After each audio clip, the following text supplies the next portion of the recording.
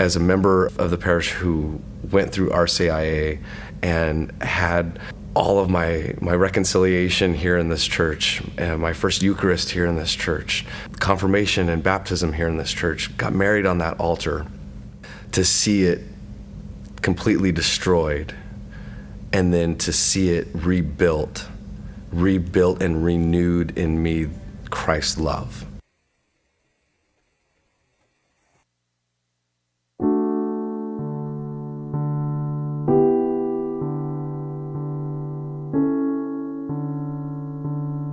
Peace be with you. For those of you who are not familiar with who I am, allow me to introduce myself. I'm Joshua Roberts, and I serve the parish as the steward for facilities. Just a little over a year ago, I was blessed to be hired and transitioned into this leadership position for the parish, just as the steward for facilities, John Grossam, was retiring. This was also the same time that we began our downtown church transformation project. At the time, I had recently left a very demanding position with the federal government and was eager for a change to be a part of something more spiritually rewarding and fulfilling. I've certainly found this position to be full of blessings and filled with many graces from God. For the last 15 years, I've served and shared my talents as a volunteer for many ministries within the parish. But serving the parish as the steward for facilities has truly reminded me just how blessed we are here at St. Michael Parish. It was during the transformation of the church that I had some time to reflect on just how important our church and worship space are. With the unique experience of being actively involved in the remodeling project, I was able to literally watch intricate details of our church transform. Behind the scenes, I truly watched and experienced the death and resurrection of our church and sanctuary. As the altar platform was removed, the crucifix was draped, hidden from view, and the transformation took place piece by piece.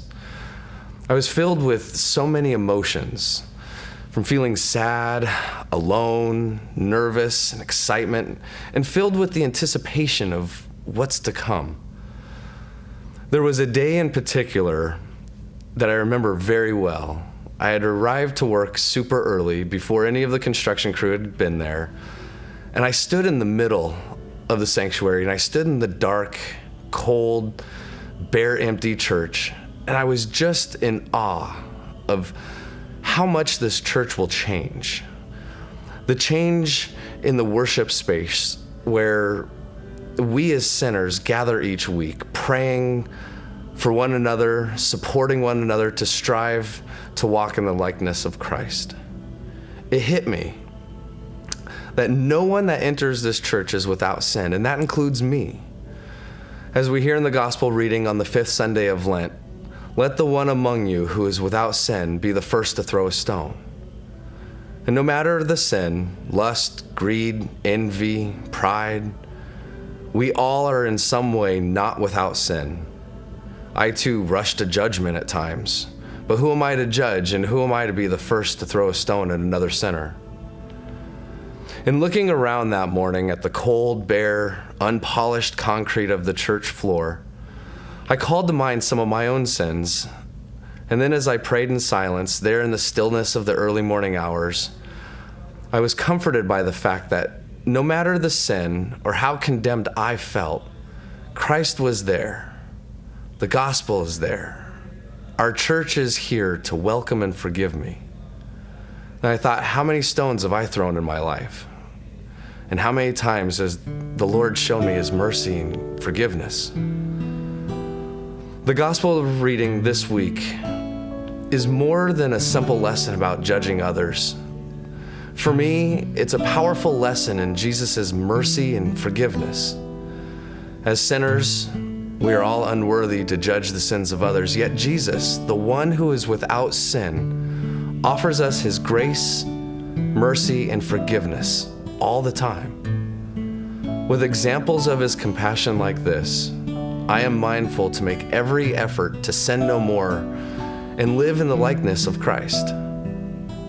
This Lent, we have the opportunity to spend time reflecting on those moments which we find ourselves wanting to throw stones, and then we can rejoice in the compassion and love of the Lord And through the sacrament of reconciliation, we can experience His mercy and forgiveness.